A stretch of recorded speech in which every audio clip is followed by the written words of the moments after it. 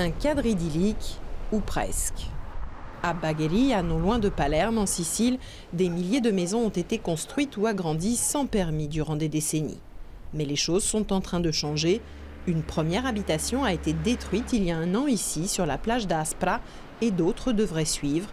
Une injonction de la mairie de Bagheria, passée depuis 3 ans aux mains du mouvement 5 étoiles, le parti populiste de l'humoriste Beppe Grillo.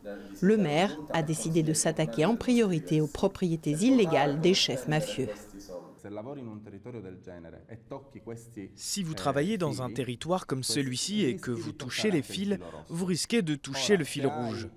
Mais si vous avez le courage de changer les choses dans une zone comme celle-ci, car nous ne sommes ni dans une ville tranquille, ni dans une zone tranquille, alors vous devez savoir que la justice va commencer à mener l'enquête. Au niveau régional, les enjeux des élections du 5 novembre sont immenses. Les scandales qui éclaboussent la classe politique ces dernières années, tous bords confondus, sont de plus en plus nombreux. Corruption, détournement de fonds, fraude, pour même arriver jusqu'à de très graves délits comme association mafieuse ou dans certains cas même homicide.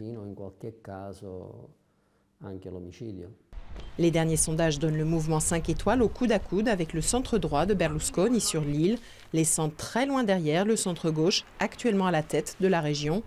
Véritable inconnu de ce scrutin, la participation. Lors des dernières régionales en 2012, plus de 50% des électeurs siciliens s'étaient abstenus.